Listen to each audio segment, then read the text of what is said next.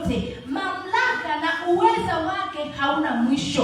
Katika sehemu ambayo tuliposimama kwamba tunakwenda tunafika mahali kuna kitu hawezi, hapana. Amesema kwamba yeye ataitwa Mungu mwenye nguvu. Tumeona pale tunamshauri, halafu tena tuna Mungu mwenye nguvu. Ni jambo gani ambalo litatushinda? Kwa sababu yuko mwenye nguvu ambaye tuko naye. Hakuna jambo ambalo atashindwa.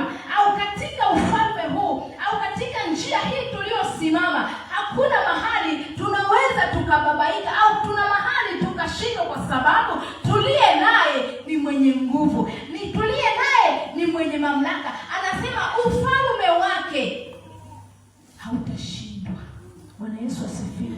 Ufalme wake hauwezi ukashindwa. Mamlaka yake ni mamlaka ya milele. Kwa hiyo tunaye mtawala, tunaye Mungu mwenye nguvu ambaye ufalme wake hautakoma. Japo hata kama tukionekana kwamba hatufai au tunaonekana kwenye njia hii, hatutapotea, kwa sababu